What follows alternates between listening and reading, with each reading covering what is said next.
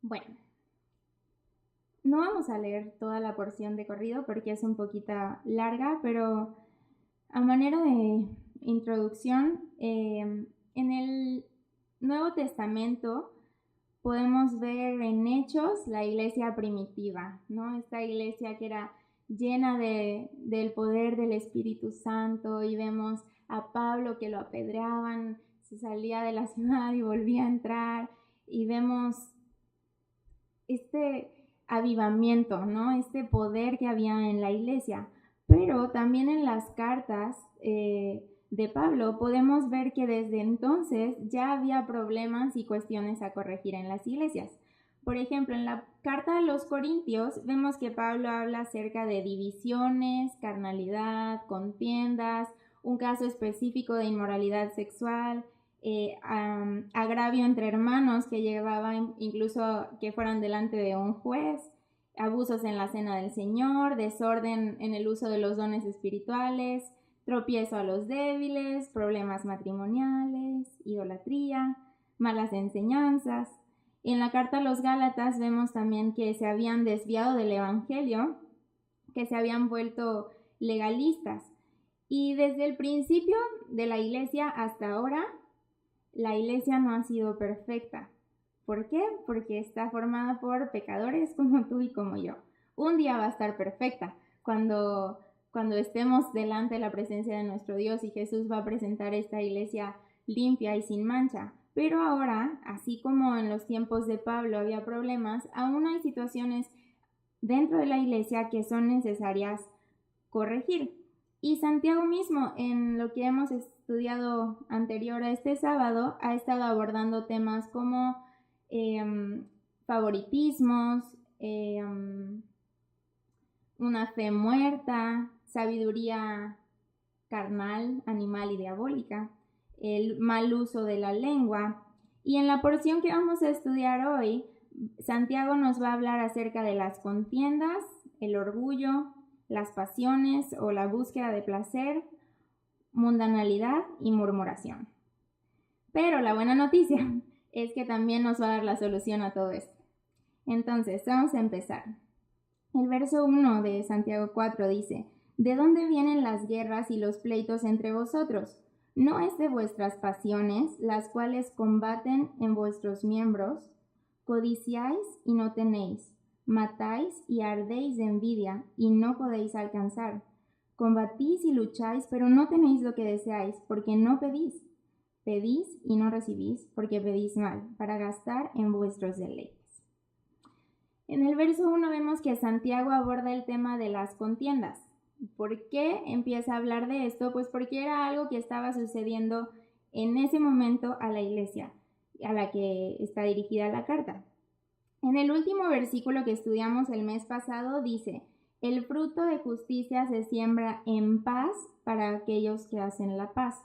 Y ahora vemos en este primer verso del capítulo 4 un contraste entre la paz y la guerra. Y sabemos que como creyentes estamos en una guerra espiritual, ¿verdad? Dice la palabra que nuestra guerra no es contra carne ni sangre. Pero si nosotras somos creyentes y hermanas en la fe, estamos en el mismo equipo. El problema es que lo que estaba pasando aquí y lo que muchas veces pasa también ahora es que había guerras, un hermano contra otro, o sea, había peleas y contiendas entre hermanos. Y Santiago hace la pregunta, ok, ¿de dónde viene todo esto? Y responde con otra pregunta. ¿No es de vuestras pasiones que combaten en vuestros miembros? Santiago nos muestra aquí la fuente de las contiendas, que es una guerra interna dentro de cada una de nosotras. Y Santiago en Gálatas, vamos allá, Gálatas 5:17, nos habla también de esta guerra que sucede adentro de nosotras. Santiago 5:17 dice, Gálatas 5:17 dice: porque el deseo de la carne es contra el espíritu, y el del espíritu es contra la carne, y estos se oponen entre sí para que no hagas lo que quisieres. Entonces, el problema es de dónde vienen las guerras y los pleitos entre nosotros, pues de nuestras propias pasiones y de esta guerra interna que hay entre nuestra carne y el espíritu, porque buscan cosas totalmente contrarias. Aunque hayamos nacido de nuevo y Dios nos ha dado una nueva naturaleza y ha puesto su espíritu dentro de nosotros, estamos en un mundo caído. Entonces, hasta que estemos delante de la presencia de Dios, vamos a tener esta lucha constante en nosotras. Como lo dijo un pastor, tenemos a un traidor viviendo dentro. O sea, tenemos un traidor en casa. La raíz de estos pleitos y conflictos que describe Santiago es que somos guiadas por nuestras pasiones y malos deseos. Y la palabra pasión que se utiliza aquí viene de la misma raíz que la palabra hedonismo que usamos ahora. El hedonismo es la búsqueda de placer. Y creo que si algo caracteriza a nuestra sociedad o al mundo, es eso, la búsqueda de placer. Y tiene mucho que ver con lo que dice el verso 2. Codician y no tienen. Matan y arden de envidia y no pueden alcanzar. Cuando yo soy guiada por mis pasiones, por malos deseos y en esta búsqueda de placer, van a aparecer envidias, codicia, amargura, ira, odio. Es este sentimiento de quiero más y no importa lo que tengo que hacer para obtener eso que quiero. Y me parece muy interesante que menciona la palabra matar al lado de codicia y de envidia. ¿Te acuerdas del primer homicidio que aparece en la Biblia? Está en Génesis 4, lo puedes leer después, pero básicamente lo que pasó es que estos hermanos, Abel y Caín, trajeron una ofrenda delante de Dios y Caín tuvo envidia de que la ofrenda de Abel agradó a Dios. ¿Y qué hizo? Lo mató. ¿Y por qué empezó todo? Por envidia. La envidia lo llevó a matar. Y tal vez nosotras no hemos llegado al punto de asesinar, pero Jesús puso la varita más alta cuando dijo que cualquiera que hable mal en contra de su hermano estaba cometiendo homicidio. Entonces, la falta de contentamiento nos lleva a mirar a los demás y esto nos lleva a la envidia. Vamos a 1 Timoteo 6. Vamos a leer de los versos 6 al 10.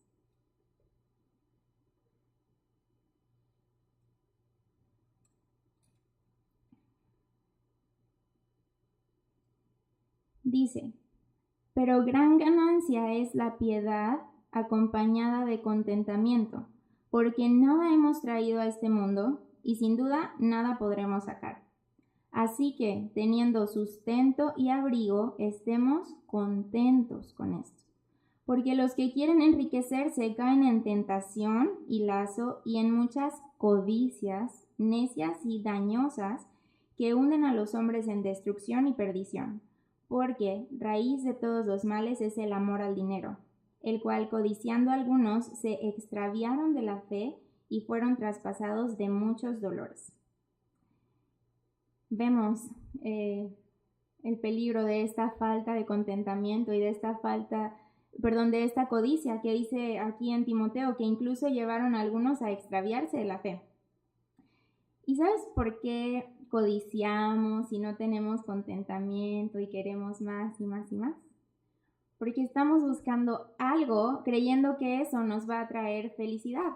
Estamos en pasiones, en esta búsqueda de placer, en este hedonismo. Y es natural en el sentido en que Dios nos creó así. La palabra dice que ha puesto eternidad en nuestro corazón. El problema es cuando estamos buscando esa felicidad y esa plenitud y ese placer en otro lado que no es Él. Estamos buscando que nos llene una nueva relación o un mejor trabajo o una posición más importante o un auto nuevo o un cambio de look o una nueva experiencia, otro viaje, etcétera, etcétera, etcétera. Y estamos así, como los niños cuando están persiguiendo burbujitas, están así tratando de atraparlas. Pero, sorpresa, ¿qué pasa cuando la tocas? ¡Pum! Te explota en la cara y te quedas con las manos vacías. Y no sé si se acuerdan, espero que sí, cómo fue que llegaron a los pies de Cristo. Creo que un común denominador es que muchas de nosotras llegamos porque nos dimos cuenta de la realidad de que nada podía satisfacer nuestro corazón. Habíamos intentado en una relación a base de mis obras, no funciona. Relaciones, no funciona. Así, probamos y probamos y probamos y nos dimos cuenta que nada podía saciarnos. Vamos a Juan 4.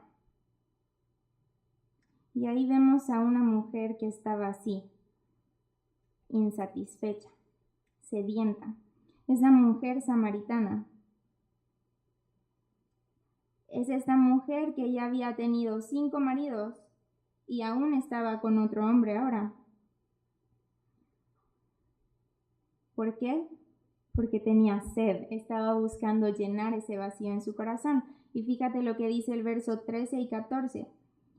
Respondió Jesús y le dijo: cualquiera que bebiere de esta agua volverá a tener sed, mas el que bebiere del agua que yo le daré no tendrá sed jamás, sino que el agua que yo le daré será en él una fuente de agua que salte para la vida eterna. Nuestra alma solo puede ser saciada por Jesús. Conocer a Dios es el mayor placer que puedes tener. Dice Salmos que en su presencia hay plenitud de gozo, delicias a su diestra para siempre. Todo lo demás son cisternas rotas.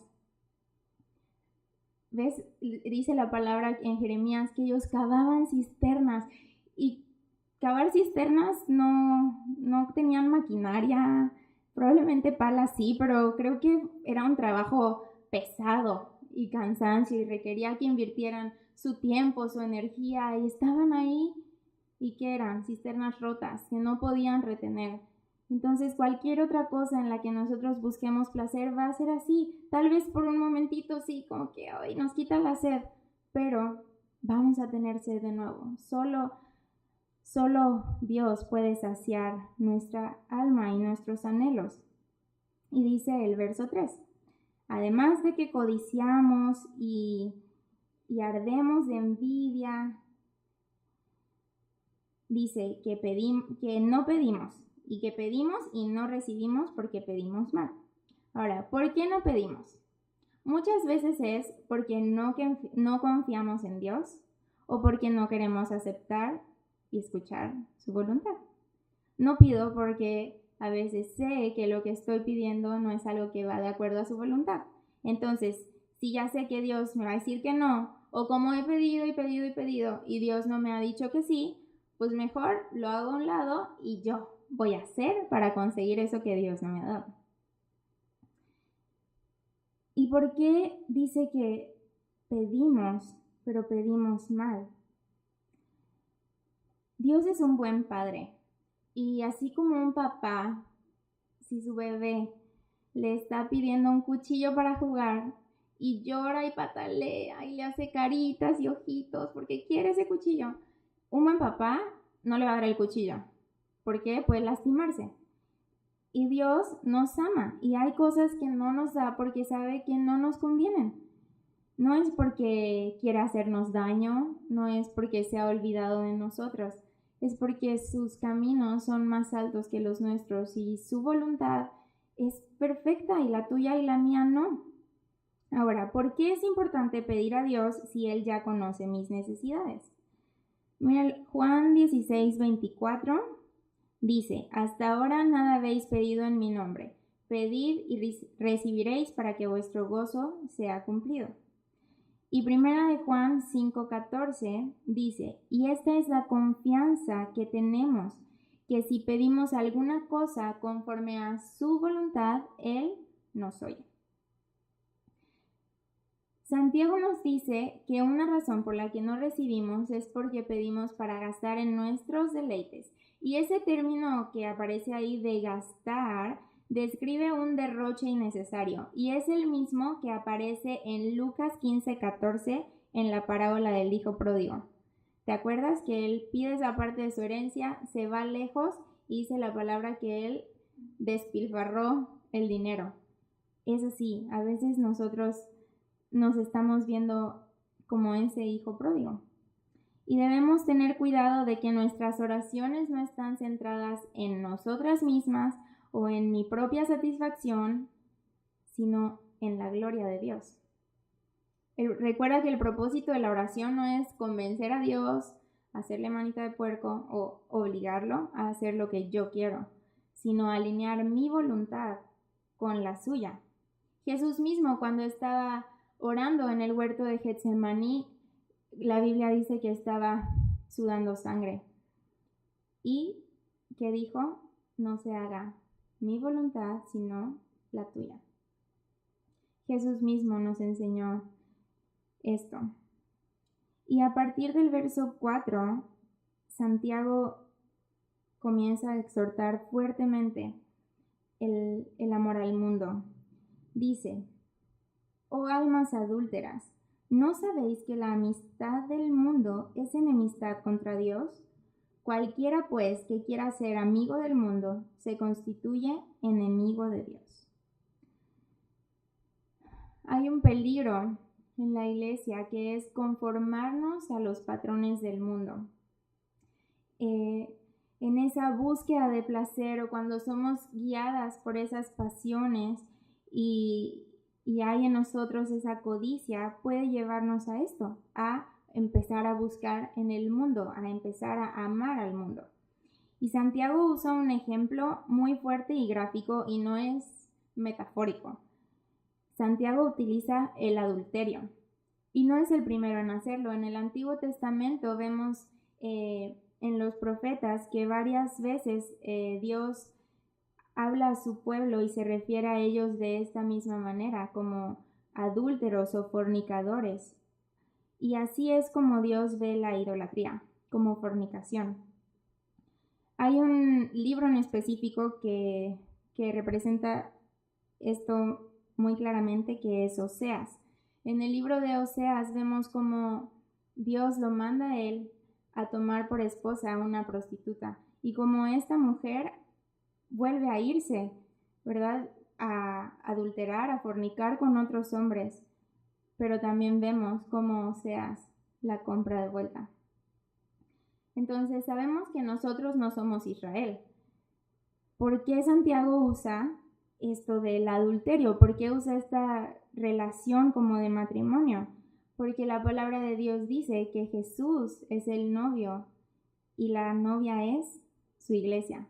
Y tú y yo no somos Israel, pero sí somos su iglesia, si hemos creído en Jesús y abrazado su sacrificio.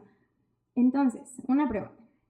Una mujer, imagínate, tiene un esposo que la ama, que es paciente, que le provee, que la escucha, que siempre está ahí para ella, que la ayuda, es tierno, la hace reír,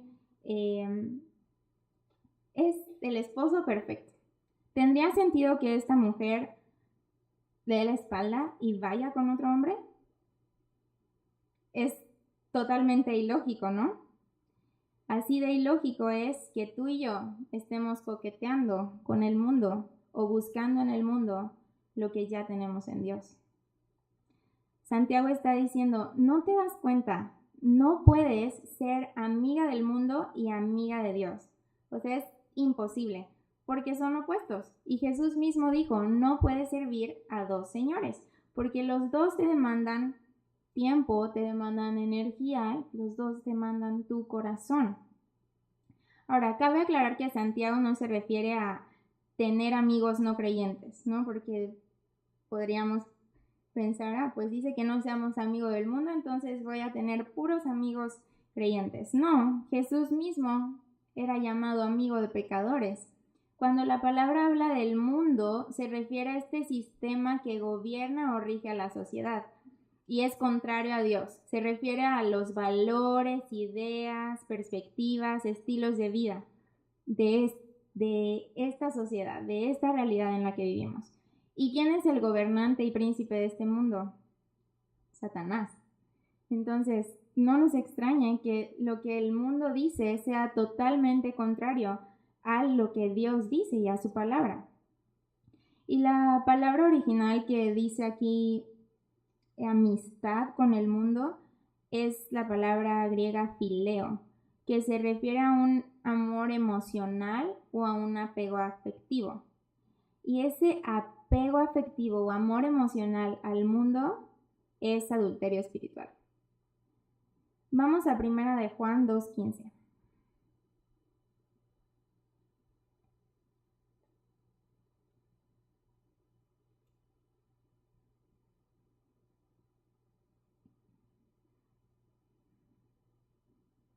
Dice, no améis al mundo ni las cosas que están en el mundo. Si alguno ama al mundo, el amor del Padre no está en él. Claro, ¿verdad? O sea, no podemos engañarnos a nosotras mismas. Y tal vez tú puedas decir, yo no amo al mundo, o sea, no he cometido adulterio espiritual, pero a veces sí estamos como coqueteando con el mundo, así como el adulterio no sucede de un día para otro, tal vez empieza con mensajitos, así no de un día para otro terminamos amando al mundo, empezamos a adoptar formas de pensar, tal vez, empezamos a no está tan mal a deslizarnos. En Hebreos dice la palabra, no se deslicen. Y es así, empezamos poco a poco. Y tenemos que ser muy sinceras y dejar que Dios nos muestre en qué área de nuestra vida estamos adaptándonos o acomodándonos al mundo, en qué área de nuestra vida estamos amando o qué cosa del mundo estamos amando. ¿Dónde están tus afectos? ¿Qué buscas con más fervor? ¿Qué te atrae más? ¿En qué confías? ¿Qué te causa gozo? ¿En qué piensas más? ¿A quién deseas agradar? Y tienes que escoger. No hay de dos. O amas al mundo o amas a Dios. Y dice el verso 5. ¿O pensáis que la Escritura dice en vano? El Espíritu que Él ha hecho morar en nosotros nos anhela celosamente. Ahora, el celo de Dios no es como el nuestro. El celo de Dios es santo y está motivado por amor. Hay diferentes comentarios y posturas acerca de este versículo. Me gustaría ir a dos citas. Vamos a 1 Corintios 6:19.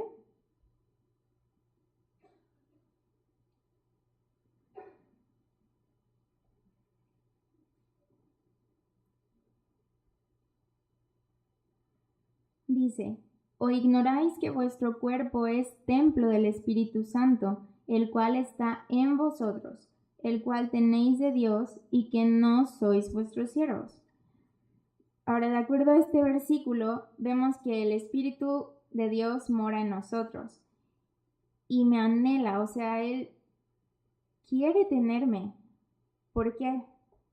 Porque le pertenezco, porque Él me compró, porque Él pagó un precio por ti y por mí. Y vamos a Éxodo 25.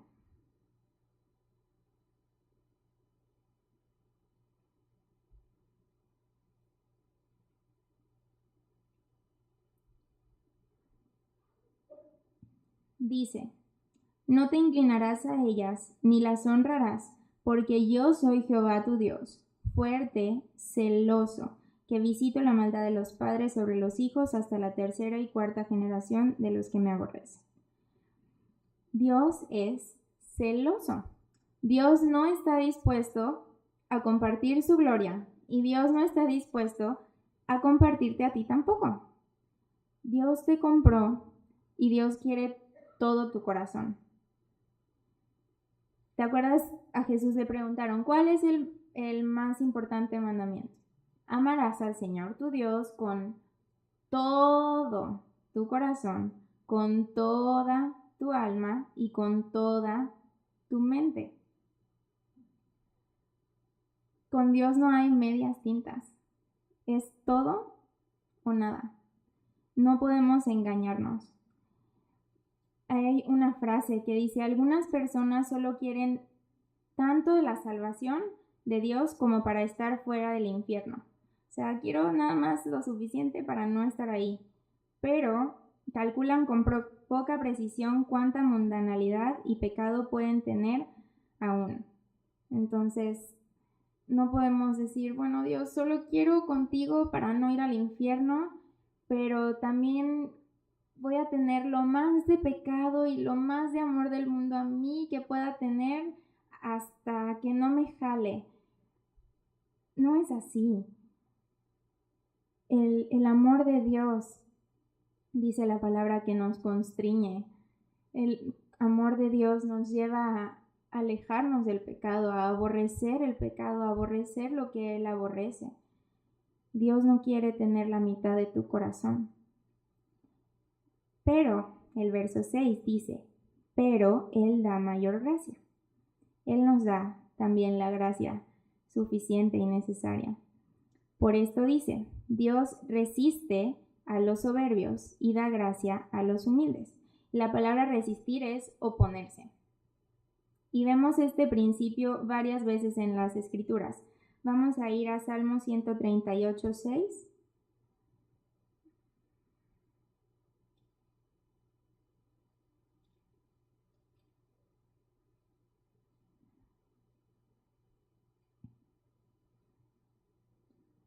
Dice, porque Jehová es excelso y atiende al humilde, mas al altivo mira de lejos.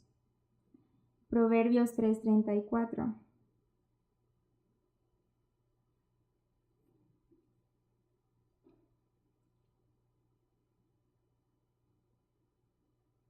Ciertamente Él escarnecerá a los escarnecedores y a los humildes dará gracia. Ahora, no es que la humildad haga que ganemos la gracia de Dios, sino que la humildad nos coloca en una posición correcta para poder recibir y abrazar esa gracia. Y en los siguientes versículos vamos a ver del 7 al 10, me parece, la solución en contra del orgullo, del egoísmo, de la codicia, de esta búsqueda de placer fuera de Dios, de los patrones pecaminosos y de los deseos mundanos. Son varias instrucciones. La primera es, someteos pues a Dios. Someter significa poner debajo. Y esa palabra no nos gusta mucho. Creo que no nos gusta. Porque muchas veces no entendemos el concepto bíblico de sumisión. Sumisión no implica restricción. La sumisión tiene más que ver con protección. Y someterse a Dios implica rendir todo. Decir, Señor, te entrego todo. Y mientras tú y yo no nos rindamos a Dios, estamos en guerra con Él. Y la raíz de no rendirse a Dios, ¿cuál crees que es? El orgullo. Someterse a Dios es la respuesta a la gracia que hemos recibido. Y es una decisión que cada una de nosotras debemos tomar. Y cada día y muchas veces al día. Jesús mismo nos modeló el someterse al Padre. Vamos a Mateo 26:39.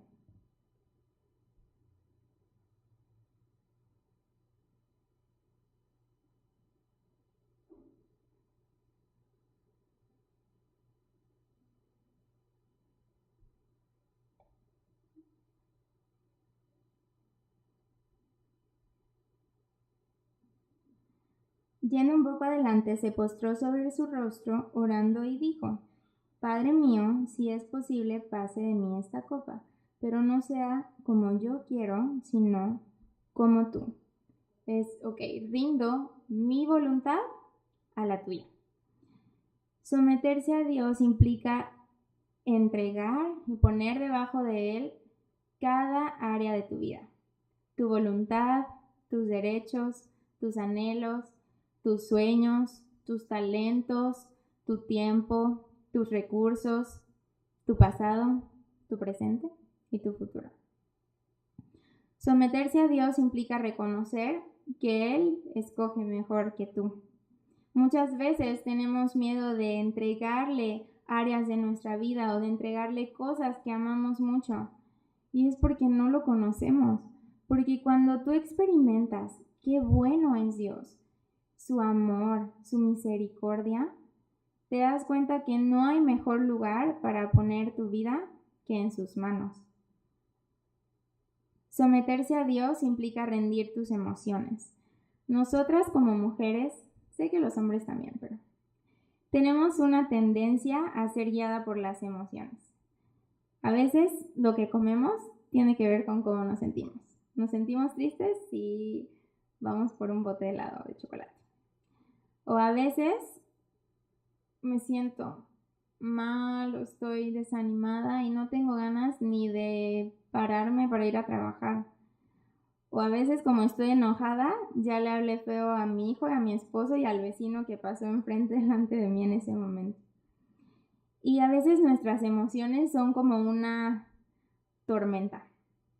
Pero así como Jesús con una palabra calmó la tormenta, Él también puede calmar nuestras emociones si se las entregamos, si las rendimos a Él.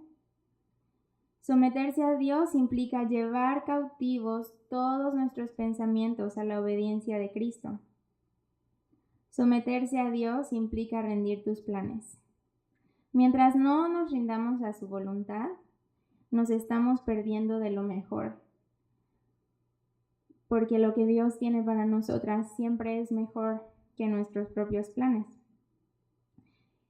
Y algo que Dios ha estado hablando mucho a mi vida es que de este lado de la eternidad siempre vamos a tener deseos insatisfechos.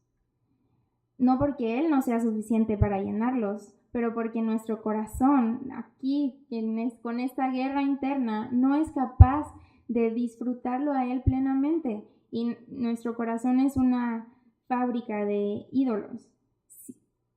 No porque pidamos bien, Dios va a contestar tampoco. Por ejemplo, tal vez es una enfermedad, ¿no? Un diagnóstico malo que está ahí y tú quisieras que Dios te sane. Tal vez Dios no va a sanarte de este lado. Tal vez Dios te va a sanar cuando te dé un cuerpo glorificado. Tal vez tienes tiempo orando por un hijo. Yo tengo 2 años orando por un hijo. Dios no ha dicho que no. Y es una lucha constante. Y cada mes tengo la tentación de desanimarme, de dudar de su bondad. Pero Dios sigue siendo bueno. Y ese deseo me recuerda que mi alma no está diseñada para este mundo. Y hay 2 versículos que Dios me regaló en esta semana. Salmo 16. Vamos a leer el verso 2 y 6.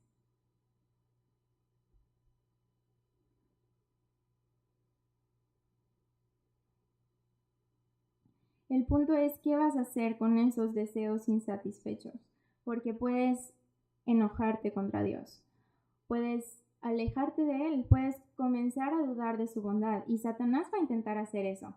Satanás va a intentar hacerte dudar. Mira lo que dice el verso 2. Oh alma mía, dijiste a Jehová, tú eres mi Señor, no hay para mí bien fuera de ti. No hay. Ni la salud, ni que Dios arregle tu matrimonio, ni ese hijo por el que has estado orando.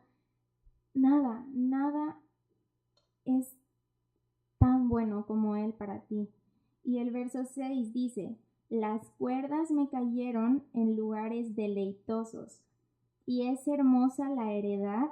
Otra porción dice, la porción que me ha tocado. Perdón, otra versión. Las cuerdas me cayeron en lugares deleitosos y es hermosa la heredad o la porción que me ha tocado. Puedes decir eso tú, así hoy. No cuando Dios cambie tus circunstancias.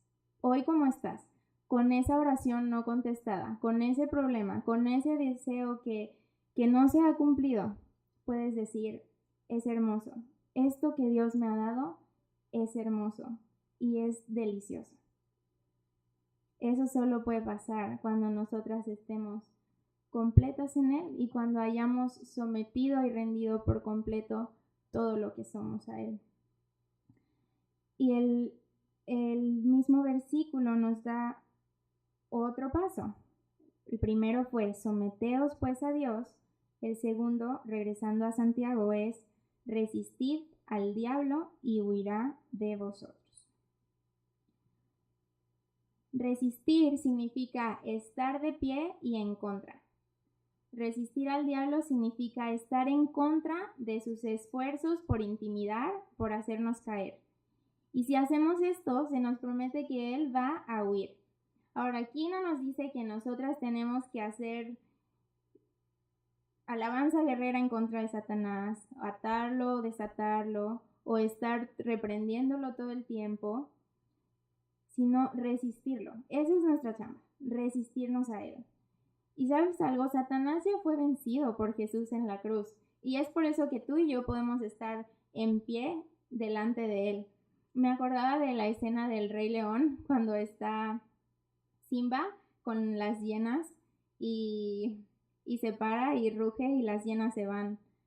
Y él está como muy orgulloso porque las pudo ahuyentar, pero no vio que detrás de él estaba su papá y fue por eso que se fueron. Y sabes que no es en nuestras fuerzas o en nuestro poder que Satanás va a huir o que vamos a poder resistirlo. Es porque en Cristo somos más que vencedoras. Y Jesús mismo experimentó esto. ¿Te acuerdas cuando Él fue llevado por el Espíritu al desierto y estuvo ahí 40 días y 40 noches y vino Satanás a tentarlo? Jesús resistió a Satanás y Satanás se fue. Y eso es una verdad para ti y para mí también. Y el verso 8 nos da otra instrucción. Ya vimos, someteos a Dios, resistid al diablo, y la 3, acercaos a Dios. Y esta instrucción también viene acompañada de una promesa. Y Él se acercará a vosotros. Ahora, recuerda que Santiago no está escribiendo a inconversos, aunque esta verdad también aplica para un no creyente, porque cuando tú y yo nos acercamos a Él por primera vez, Él nos tomó, Él nos abrazó. Pero el punto es que es posible que aún estando aquí en la iglesia, estemos lejos de Dios. Salmo 145, 18 dice, cercano está Jehová a todos los que le invocan, a todos los que le invocan de veras. Si tú y yo estamos lejos de Dios, no es porque Dios se ha alejado, es porque nosotras mismas nos hemos alejado de Él. Y ahora tú puedes parecer la más piadosa y venir a todas las reuniones y servir y todo lo que se te ocurra que puedas hacer. Pero solo Dios y tú conocen cómo está su relación. Es una relación personal y Dios te invita a una comunión íntima con Él. Él no quiere una relación a través de alguien más. Él quiere una relación directa contigo. Él no quiere que lo conozcas por lo que te contó la hermana o por lo que escuchaste que dijo el pastor el domingo. Él quiere que lo conozcas personalmente. Él no quiere una relación de una vez a la semana. Él quiere una relación diaria contigo. La pregunta es, ¿vas a acercarte a Él? Él está ahí. Él está en el mismo lugar, no se ha movido. Y en la parábola del hijo pródigo vemos también como cuando ese hijo que había despilfarrado volvió, Dios corrió. El papá que representa a Dios corrió a abrazarlo. Y así es contigo y conmigo. Y algo que sucede cuando tú y yo comenzamos a acercarnos a Dios tiene mucho que ver con la segunda parte del versículo que dice, pecadores, limpiad las manos y vosotros los de doble ánimo purificad vuestros corazones.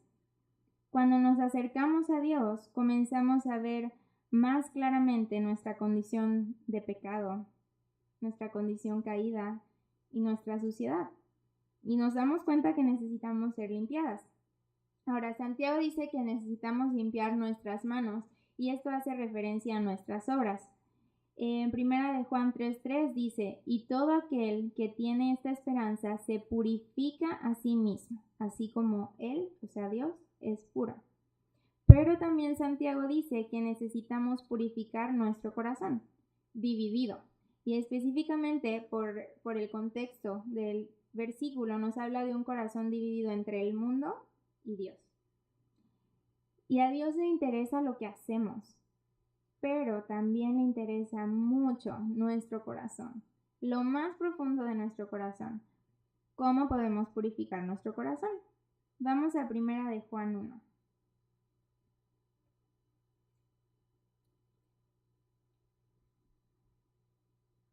Vamos a leer de los versos 7 al 9. Dice, pero si andamos en luz, como Él está en luz, tenemos comunión unos con otros, y la sangre de Jesucristo su Hijo nos limpia de todo pecado. Si decimos que no tenemos pecado, nos engañamos a nosotros mismos y la verdad no está en nosotros. Si confesamos nuestros pecados, Él es fiel y justo para perdonar nuestros pecados y limpiarnos de toda maldad.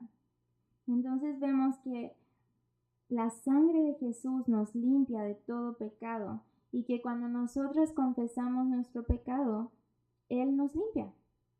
Tú y yo sí somos llamadas a limpiarnos y a apartarnos de lo que no agrada a Dios y de lo que nos contamina. Pero nuestro corazón solo lo puede limpiar Él.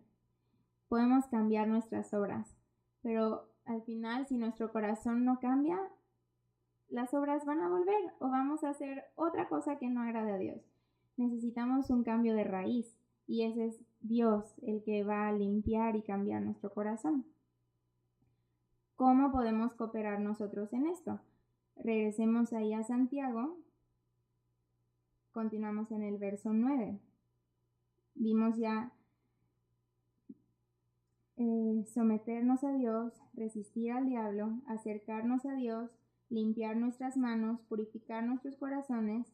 Verso 9, afligíos y lamentad y llorad. Vuestra risa se convierta en lloro y vuestro gozo en tristeza. En este verso se nos describe una verdadera convicción de pecado y un verdadero arrepentimiento y quebrantamiento. Lamentación, una verdadera convicción y un verdadero sentir por el pecado. Y reconocer nuestro pecado requiere humildad. No nos gusta. La verdad es que muchas veces sabemos que batallamos con contestarle mal a nuestro esposo, pero nos justificamos. Es que él me habló mal primero. O batallamos con ser ásperas con nuestros hijos, pero es que él se portó súper mal. O sabemos que estamos pecando con hablar mal de otra persona, pero es que la hermana necesitaba saber por tal y tal. Somos re buenas para justificarnos, pero un verdadero arrepentimiento requiere humildad y el primer paso es aceptar, ok, Dios, esto no es un pecadito, una mentirita, esto es pecado y no hay pecado pequeño, porque tu pecado y mi pecado pusieron a Jesús en esa cruz. El tamaño y la magnitud del castigo nos muestra la magnitud de la falta. Y esta palabra llorar que aparece aquí se refiere a un profundo dolor, como cuando perdemos a un ser amado. Si tú has perdido a alguien, sabes qué es ese profundo dolor. Y así compara con el dolor que debe producirnos el pecado. Y la semana pasada, justo en la reunión de jóvenes, veíamos a Pedro cuando le dice a Jesús, yo voy a ir contigo hasta el final. Y Jesús le dice, antes que cante el gallo vas a negarme 3 veces. Pedro ha de haber dicho, ¿cómo crees, Jesús? Y está ahí sentado con estas personas, calentándose, acomodado. Y alguien dice, ay, este es de los que estaba con Jesús. No, yo no lo conozco. Y otra vez, tú eres de los discípulos, ¿no? que no lo conozco. Y hasta empieza a maldecir para que no lo confundieran. Y otra vez se desespera y que no lo conozco. Y en ese momento canta el gallo y él voltea y su mirada se cruza con la de Jesús. ¿Y qué dice la palabra? Que Pedro lloró amargamente. Eso es sentir el peso de nuestro pecado. Ahora, no es que Dios quiere que todo el tiempo estemos llorando. La vida en Cristo no es una vida miserable. Y no es que si estamos felices entonces somos menos espirituales. Porque aquí nos dice, vuestra risa se convierte en lloro y vuestro gozo en tristeza. Se refiere a esta risa burlona como, no sé si les ha pasado, yo sí conozco a una persona, que le compartes a alguien y le hablas de cielo, infierno, pecado, de la obra de Jesús y se ríen en tu cara. O sea, lo toman a la ligera, lo menosprecian. Eso es. Y personalmente creo también que se refiere a que muchas veces las cosas que antes nos causaban gozo, ahora cuando estamos en Cristo nos damos cuenta que no son dignas siquiera de ser mencionadas. ¿Qué causa el pecado en ti? No solo el tuyo, sino el de los demás. Necesitamos pedir a Dios que Él nos conceda una verdadera convicción y un verdadero arrepentimiento. Y el siguiente verso nos dice también cómo podemos hacer esto. Verso 10. Humillaos delante del Señor y Él os exaltará. Santiago está resumiendo lo que dijo en los versos anteriores de someterse a Dios, acercarse a Dios, limpiarnos, purificarnos, afligirnos, llorar, lamentarnos. Eso es humillarse delante de Dios. Y Él promete que Él va a exaltarnos. La palabra exaltar significa levantar con honor. Ahora, esta exaltación no necesariamente es aquí, de este lado de la eternidad. La mayor exaltación que podemos recibir es escuchar de su boca: buen siervo y fiel, entra en el gozo de tu Señor. Y ahora, cuando tú y yo somos orgullosas, es o porque no hemos pasado suficiente tiempo en la presencia de Dios o porque nos hemos olvidado de su presencia. Porque al ver su grandeza, su magnificencia, lo glorioso que es Él, la única respuesta sensata es caer postrada a sus pies. No de rodillas, postrada, como la Biblia dice, o sea, rostro en tierra. ¿Sabes? Humillarnos es reconocer quién es Dios y quiénes somos nosotras a la luz de eso. Y eso también afecta quiénes somos nosotras y quiénes son los demás para nosotras. Y de eso nos hablan los últimos versículos. Verso 11 dice: Hermanos, no murmuréis los unos de los otros. El que murmura del hermano y juzga a su hermano, murmura de la ley y juzga la ley. Pero si tú juzgas a la ley, no eres hacedor de la ley, sino juez. ¿Quién te crees tú y quién me creo yo para juzgar a otro? Este versículo se refiere a hablar mal de otra persona, más probablemente cuando no está presente, a difamarla o desprestigiarla. Y vamos a ir a Mateo 7, porque Jesús también habló respecto a esto.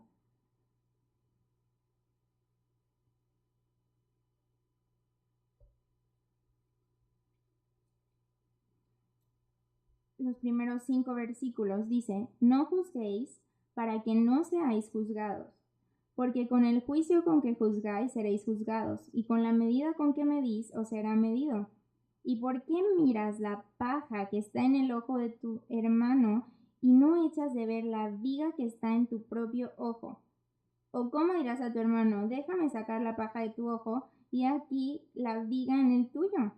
Hipócrita, saca primero la viga de tu propio ojo y entonces verás bien para sacar la paja del ojo de tu hermano.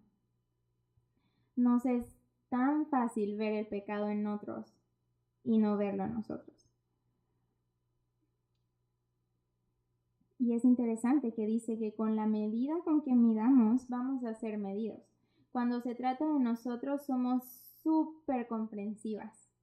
Somos rápidas para justificar nuestro pecado, pero también somos rápidas para juzgar el pecado de otros. Y muchas veces es el mismo pecado que hay en el otro que en el mío. Es interesante que la paja y la viga estaban hechas del mismo material. Entonces muchas veces ni siquiera es tan diferente, pero en el otro se ve grandotote y en el mío como si fuera una cosita. Y sabes que cuando hacemos esto estamos mostrando orgullo. Y como te decía, cuando tú y yo estamos realmente humilladas delante de Dios, eso va a afectar cómo vemos a nuestros hermanos también. Ahora, dice hermanos, pero no pienses solamente en el contexto de la iglesia. ¿Qué tal con tu esposo? ¿O con tus hijos? ¿O con tu jefe? ¿O con tu familia? La palabra de Dios dice que el mundo va a conocer que somos sus discípulos en cómo nos amamos unos a otros, no en cómo nos juzgamos unos a otros. Y sabes que habla, tomando el contexto de la porción de Santiago, que habla también de pleitos y contiendas entre nosotros, esto es algo que también puede ayudar o estorbar. O sea, el que tú estés tan al pendiente de las faltas de los demás y juzgando y hablando, alimenta los conflictos. Pero si tú en lugar de juzgar empiezas a hablar palabras de gracia, imagínate qué tan diferentes serían las relaciones. Ahora, ¿a quién no se refiere este versículo? Porque a veces malinterpretamos a qué se refiere juzgar. No se refiere, por ejemplo, a examinar una enseñanza. O sea, cuando alguien está enseñando aquí o en cualquier lugar y tú estás examinando si lo que está diciendo es bíblico, no estás pecando por juzgarlo. De hecho, la palabra vimos en Hechos nos muestra a la iglesia de Berea que hacía eso y es algo que se exalta de esa iglesia.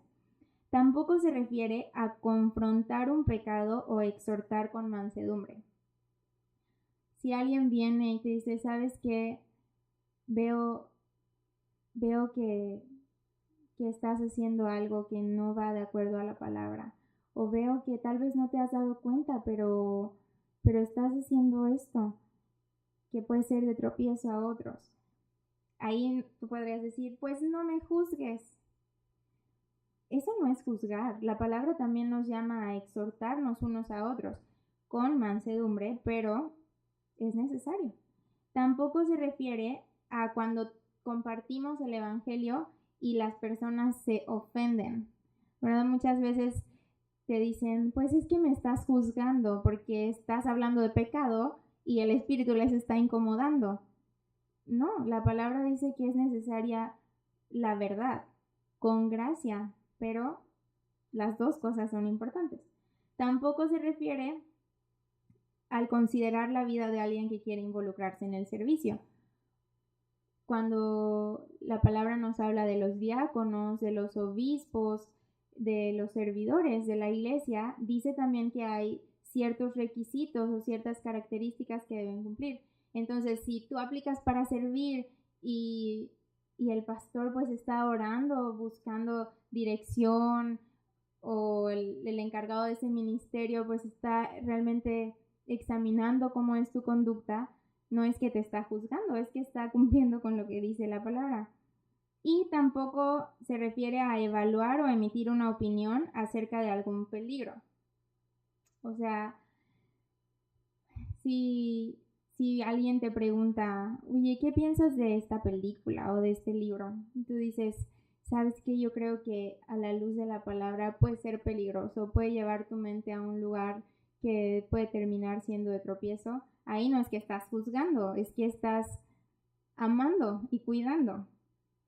Pero sí debemos tener cuidado cuando nos vemos involucradas en chismes, cuando criticamos buscando desacreditar porque estamos motivadas por envidia o por amargura. Cuando hablamos sin conocer la historia completa o las dos versiones. Cuando juzgamos por cuestiones de opinión o convicciones personales. Como, ¿por qué él sí celebra la Navidad? Es una cuestión de opinión. Y la palabra dice que no nos juzguemos unos a otros por eso. Cuando queremos imponer nuestras convicciones personales y no bíblicas. Por ejemplo, cuando a Jesús le reclaman los fariseos que sus discípulos estaban comiendo sin haberse limpiado de acuerdo a los rituales que ellos habían establecido, no de acuerdo a lo que mandaba la palabra. Debemos tener cuidado también cuando compartimos información personal de alguien más, porque ahí sí podemos estar murmurando en contra de alguien sin darnos cuenta. La pregunta es, ¿eres hacedor o juez? ¿Qué nos corresponde ser? Dios no nos ha llamado a ser jueces. Dios nos ha llamado a ser hacedores, hacedoras de su palabra. Y el verso 12, para terminar, dice, uno solo es el dador de la ley, que puede salvar y perder. Pero tú, ¿quién eres para que juzgues a otro? ¿Quién es el juez? Dios. Entonces, cuando tú y yo juzgamos, básicamente estamos haciendo lo que a él le corresponde. O sea, estamos queriendo tomar su lugar. ¿Te acuerdas quién fue el primero en hacer eso? Satanás. Ouch. Vamos a 1 Corintios 10. Ya para ir cerrando.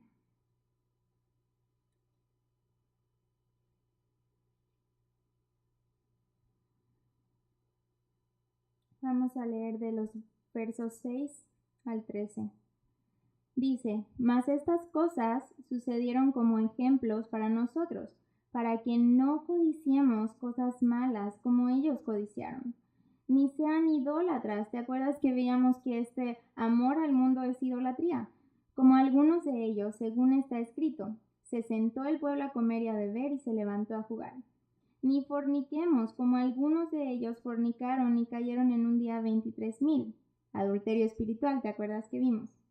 Ni tentemos al Señor, como también algunos de ellos lo tentaron y perecieron por las serpientes.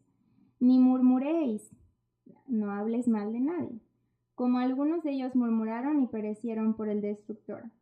Y estas cosas les acontecieron como ejemplo. Nosotros podemos ver lo que pasó y tomar conciencia y ver qué ejemplo es bueno imitar y cuál no. Y están escritas para amonestarnos a nosotros mismos, a quienes han alcanzado los fines del siglo. Así que, después de que hemos visto de esta guerra interna en nosotros, que es nuestra carne y nuestro espíritu, y pasiones, esta búsqueda de placer, después que hemos visto acerca de la codicia y la envidia y de quiero más y más y más, después que vimos acerca de este amor al mundo, de coquetear con el mundo y empezar a buscar fuera de Dios lo que ya tenemos en él, después que hemos visto acerca de tener un corazón dividido y no someter por completo nuestra vida y todo lo que somos, después que hemos visto acerca de murmurar y juzgar a nuestros hermanos. Verso 12. Así que, el que piense estar firme, mire que no caiga. No os ha sobrevenido ninguna tentación que no sea humana, pero fiel es Dios, que no os dejará ser tentados más de lo que podéis resistir, sino que dará también juntamente con la tentación la salida para que podáis soportar. Y tal vez parece súper difícil como someter realmente todo lo que eres a Dios, parece súper difícil esta batalla entre tu carne y tu espíritu, parece súper difícil pues tener esta convicción de pecado, parece difícil no juzgar y no murmurar, pero no te ha sobrevenido ninguna tentación que no sea humana. Dios es fiel y Dios no te va a dar más de lo que puedas soportar. En Cristo tenemos la opción y el poder para decir no al pecado. Y vamos al verso 13 de Jeremías 29.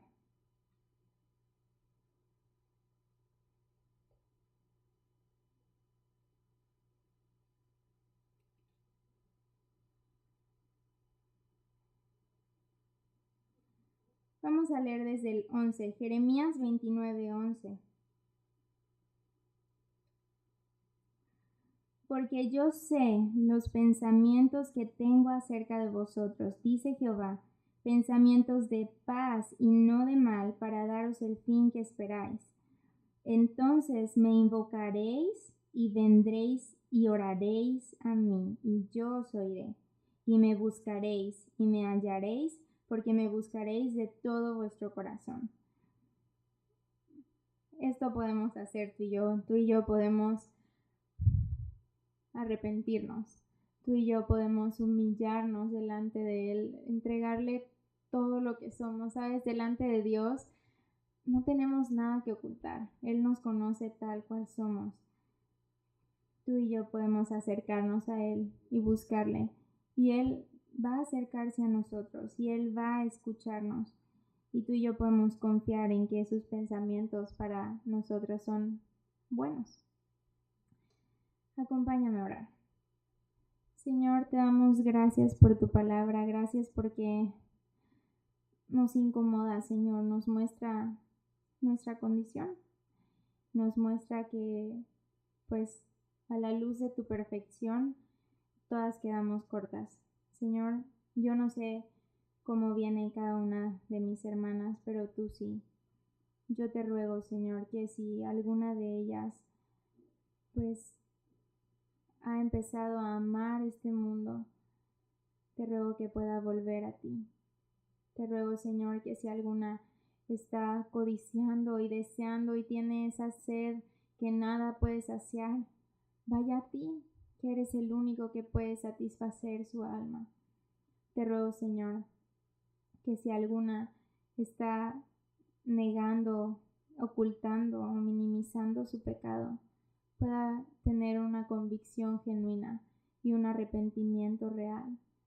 Señor, te ruego que si alguna no ha rendido un área de su vida a ti, pueda hacerlo hoy.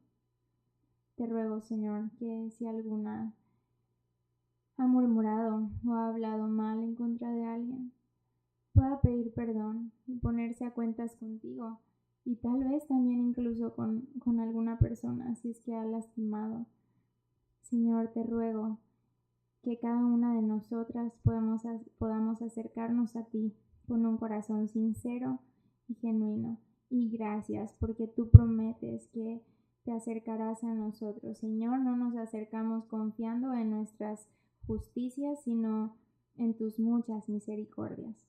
Te ruego que tu Espíritu Santo termine de aterrizar tu palabra en nuestros corazones. Y Señor, no solo ahora, sino que cuando volvamos a nuestras casas podamos meditar y ponernos a cuentas contigo y dejar que tú nos muestres también aquellas cosas prácticas que podemos hacer para agradarte, para purificarnos, para vivir más en santidad, porque tú eres santo, Señor. Oramos, Señor, a ti en el nombre de Jesús. Amén.